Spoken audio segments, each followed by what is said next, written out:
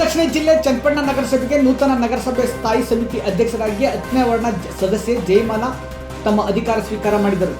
ಹಿಂದೆ ನಗರಸಭೆ ಸ್ಥಾಯಿ ಸಮಿತಿ ಅಧ್ಯಕ್ಷರಾಗಿದ್ದ ಕೋಟೆ ಚಂದ್ರರವರು ತಮ್ಮ ಅವಧಿ ಮುಗಿದ ತಕ್ಷಣ ರಾಜೀನಾಮೆ ನೀಡಿದ್ದರು. ರಾಜೀನಾಮೆಯಿಂದ ತೆರವಾದ ಸ್ಥಾನಕ್ಕೆ ಕೆಲ ದಿನಗಳ ಹಿಂದೆ ಚುನಾವಣೆ ನಿಗದಿಯಾಗಿ ಅವಿರೋಧವಾಗಿ 10ನೇ ವಾರ್ಡ್ನ ಸದಸ್ಯೆ ಜಯಮಾಲಾ ಅವಿರೋಧವಾಗಿ ಆಯ್ಕೆಯಾಗಿದ್ದರು. ಗುರುವಾರ ಬೆಳಗ್ಗೆ 10:30 ಸಮಯದಲ್ಲಿ ಶುಭ ಮುಹೂರ್ತದಲ್ಲಿ ತಮಗೆ ನೀಡಿದ ಕಚೇರಿಯಲ್ಲಿ ನಗರಸಭೆ ಸ್ಥಾಯಿ ಸಮಿತಿ ಅಧ್ಯಕ್ಷರಾಗಿ ಅಧಿಕಾರ ಸ್ವೀಕಾರ ಮಾಡಿದರು.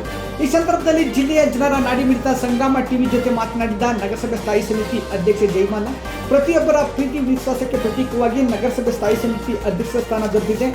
ಅಧಿಕಾರದಲ್ಲಿ ಯಾವುದೇ ಚ್ಯುತಿ ಬರದಂತೆ ಸಿಗುವ ಅಲ್ಪ ತಿಂಗಳು ನಗರಸಭೆಯ ಅಧ್ಯಕ್ಷರು, ಉಪಾಧ್ಯಕ್ಷರು, ಪೌರಾಯುಕ್ತರು, ಆಡಳಿತ ವರ್ಗ ಪಕ್ಷಾತೀತವಾಗಿ ಎಲ್ಲ ಸದಸ್ಯರ ಸಲಹೆ ಸಹಕಾರ ಪಡೆದು ನಗರಸಭೆ ಅಭಿವೃದ್ಧಿಗೆ ಸಹಕರಿಸುವುದಾಗಿ ತಿಳಿಸಿದರು.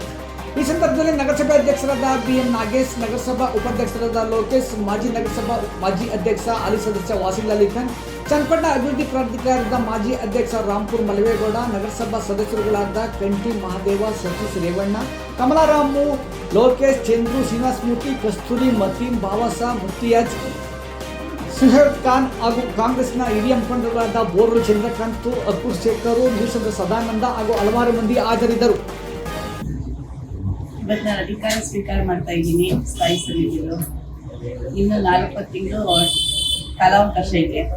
ನನ್ನ ಇದಕ್ಕೆ ಏನು ಬರುತ್ತೆ ಅದನ್ನು ನಾನು ಎಲ್ಲ ನನ್ನ ನಗರಸಭಾ ಸದಸ್ಯರ ಮತ್ತು ಸ್ಥಾಯಿ ಸಮಿತಿ ಕಮಿಟಿಯವ್ರನ್ನ ಸಮಯಕ್ಕೆ ಕೇಳ್ಕೊಂಡು ನನ್ನ ಕೈಲಿ ಏನಾಗುತ್ತೆ ಆ ಕೆಲಸ ಎಲ್ಲ ನಾನು ಮಾಡಿ ಒಳ್ಳೆತನದಲ್ಲಿ ಮಾಡಿರ್ತೀನಿ. ಸಹಕಾರ